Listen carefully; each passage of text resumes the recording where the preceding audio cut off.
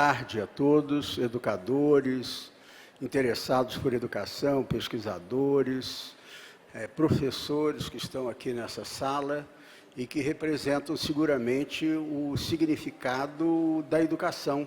Nós estamos construindo a educação nacional e este grupo daqui seguramente terá uma enorme importância, não só na operação, mas na reflexão sobre o que significa o nosso trabalho. Então, boa tarde, boa noite a todos. E eu vou, na verdade, fazer um cenário do que significam as competências escolares. Não é qualquer competência, não é? E, para isso, eu tenho que trazer para um lugar que é o nosso lugar, chamado escola. Porque a família faz competências. O partido político faz competência, constrói, ajuda a construir.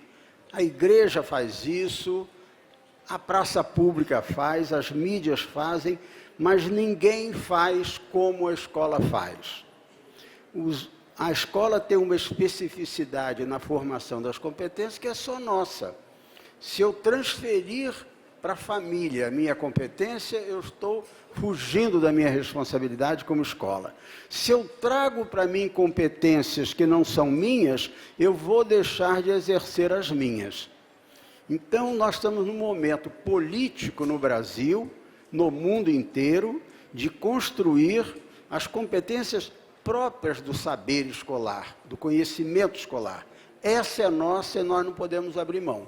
Mas eu vou conversar aqui hoje, nos 5 minutos que eu tenho, mas a gente é muito seduzido por cantos e cantos de sereias que atribuem à escola coisas que nós não conseguimos fazer. Eu posso fazer como pai e como avô, mas como professor, não sei se essa é a minha função. Então, é dentro desse crivo e desse doce balanço a caminho do mar, que nós temos que construir o que é o saber da escola. O que é a boa escola? Em primeiro lugar, é o lugar em que as crianças aprendem. Elas vão à escola para aprender. Mas não basta aprender. Ela aprende o quê?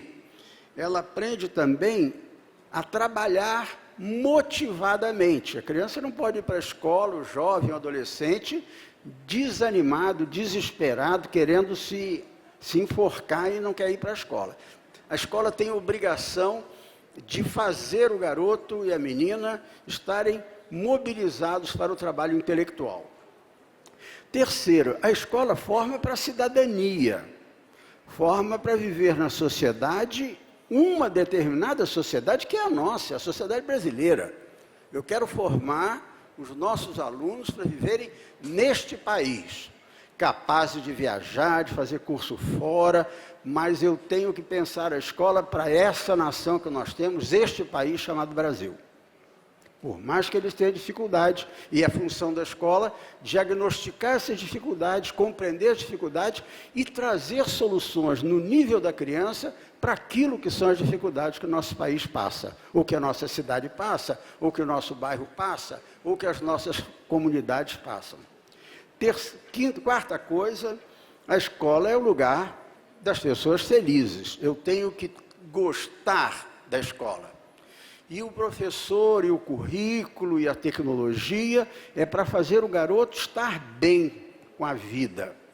O que não quer dizer que ele vai ser facilitado no trabalho dele, porque o conhecimento, ele é muito prazeroso, mas ele tem uma dose forte de trabalho. Ele exige dedicação, empenho, faz de novo, corrige, não é bem assim, lê de novo, consulta o seu colega, vai ao dicionário, não vá à geladeira, sente-se de novo, concentre-se, pede sua vez para falar. Tudo isso que é disciplina escolar, que também é de outras instituições, é fundamental no processo de construir o trabalho da escola. Então, posto isso, eu vou fazer 3 considerações bem rápidas. A primeira é o seguinte: todas as crianças, os jovens e os adolescentes, eles têm motivação para aprender. Todos têm. Pode ser que eu não saiba qual é a motivação dele, mas ele tem. Muitas vezes, quando eu não sei qual é a motivação do aluno, eu digo que ele não tem motivação, porque não é a minha. Então, o grande trabalho do professor é ser um captador das mobilizações interiores da garotada para a aprendizagem. Isso, às vezes, é difícil, e o bom professor é aquele que percebe onde estão as motivações daquele grupo, daquela classe, daquele aluno. Agora, o professor não só descobre onde está, ele tem que descobrir, atender e aumentar as motivações da garotada para continuar a aprender. E entender também que o currículo é o lugar que causa, né, com as várias disciplinas, com as atividades que a gente faz, etc., causa a motivação da garotada, estimula a motivação. Ora, essa motivação, eu vou chamá-la de outros 3 modos, que é a atitude filosófica que a escola faz e é a única a fazer, que é causar espanto à garotada. Ou seja, as crianças, todo mundo aqui já viu quando uma criança deixa aquele grãozinho de feijão em cima do algodão molhado e 2 dias depois, quando ele volta, o feijão nasceu. Ele diz milagre, ele fica apaixonado, encantado e diz assim, tem alguma coisa na natureza que eu quero entender, que eu preciso entender. E a escola dá atendimento a essa curiosidade, essa admiração, esse espanto, fazendo um processo construtivo de como isso se alimenta e vai se evoluindo no decurso da própria história.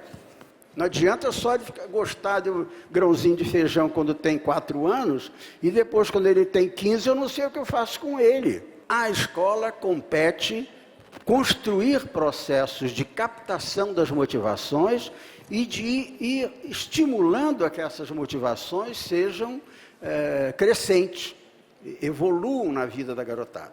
Pois bem, a admiração, espanto, que é uma atitude filosófica por excelência, perante a morte, não é? Morre o peixinho do garoto lá, ele fica transtornado. O que é a morte? O que é a vida? Por que a vida acaba?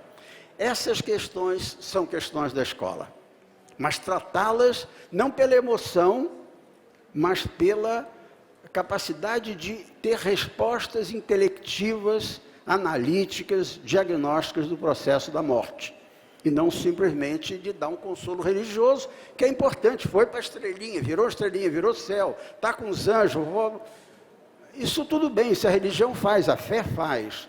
Eu da escola tenho que dizer o que é a morte. Eu da escola tenho que dizer o que é a vida, todos os processos complexos que marcam essas 2 realidades. Pois bem, mas tem outra coisa que a escola faz como ninguém, é a indignação. A escola tem que ser o lugar em que as crianças têm o direito de se indignar com as injustiças, com a falta de liberdade, com a não-verdade, com a pobreza, com a fome no mundo. E as crianças são super sensíveis com isso. Eu, como escola, não tenho que transformar isso numa mobilização política para defender esse ou aquele partido, mas tenho que explicar o que é a causa da miséria. Eu tenho que explicar por que existe pobre, que não é histórico só, ele foi construído, portanto não é um destino dessa ou daquela raça ou daquele grupo social. Então a escola é o lugar que pega essas coisas vivas da nossa existência e transforma em elementos de compreensão de quem sou eu, quem são os outros e qual o destino que eu tenho para mim. Quanto tempo tem? 1 minuto, já acabou. Mas faltam mais uma coisinha. A escola é o lugar do prazer em conhecer. Quando eu conheço, eu gosto, não é? Tanto é que a gente, quando encontra alguém muito parecido com a gente, não só a gente diz que prazer em conhecer, como diz, eu conheci uma pessoa maravilhosa, igualzinha a mim. Não é? Pensa como eu. Pô, eu quero que pense diferente. A escola é o lugar do prazer de conhecer, mas um prazer que não é só a espontaneidade de encontrar uma pessoa simpática numa festa, mas de elaborar os processos cognitivos, que são difíceis. Eu não posso prometer que aprender é uma coisa fácil. Portanto, pessoal, quando dizem que a nova função do educador e do professor é ser facilitador, não acreditem. O bom professor não facilita coisa nenhuma. Quem facilita é servidor de McDonald's. Ele traz seu sanduíche mais rápido. Se pudesse, ele comeria por você. Mas o trabalho do educador é exatamente de complicar a nossa vida, de ficar perguntando de novo, reflete, não é bem assim, escreve, a ideia não está clara, pesquisa, vai ver dados para justificar o que você está afirmando, escreve isso mais claramente. Ou seja, o professor é aquele que pega essa mobilização interior humana que todos temos e transforma pela organização do pensamento, por metodologias adequadas, em algo que depois me dá prazer. Mas o processo de construir uma tese, quem fez tese aqui, de MBA, o que tenha feito, trabalho de conclusão de curso, dá dor no estômago. Por quê? Tem que sentar, tem que deixar de ir à geladeira, tem que dormir mais tarde, tem que acordar mais cedo, não pode beber. Entendeu? Então, essas ideias de que a escola é o lugar do prazer é fundamental. Mas o prazer não se adquire sem uma certa capacidade de construção de condições do prazer. A boa escola é aquela que faz isso. E eu aqui estou falando num grupo, no interior de um grupo da Lumiar, que é uma escola que busca, de alguma forma, está construindo, em torno de 10 anos, a perspectiva de fazer um prazer de conhecer dentro de uma ótica de que o conhecimento é algo que tem que ser construtivo coletivamente, a partir de rigor, a partir de grandes competências de conteúdos inovadores, mas de conteúdo da vida toda. Não adianta, eu já estou terminando, não adianta perguntar qual é o conhecimento e as habilidades do século XXI, se eu, na verdade, estou com os problemas de 21 séculos atrás. As habilidades do século XXI são as habilidades de sempre, que o ser humano precisou, de conversar, de compreender o outro, de saber controlar seus próprios impulsos e ao mesmo tempo ser criativo. Isso é de sempre. E se hoje nós temos uma curva em progressão geométrica ou exponencial de conhecimentos, não quer dizer que os conhecimentos sejam melhores do que os anteriores. Quem que pode dizer que o teatro contemporâneo é melhor do que Shakespeare ou que foi melhor do que Sófocles? Então, a ideia do conhecimento é uma conquista, uma joia que a escola trabalha, conhecimento científico, o conhecimento linguístico, o conhecimento lógico, o conhecimento da geometria, o conhecimento do cálculo, das ciências. Essa é a caixa de joia com a qual trabalha e com a qual trabalhamos na escola, e o conjunto das outras inovações que estão em volta de nós são para reforçar, para criar uma compreensão mais humana dos fenômenos que o ser humano já construiu até hoje, que tem que melhorar muito, muito, muito. Obrigado. Muito bem.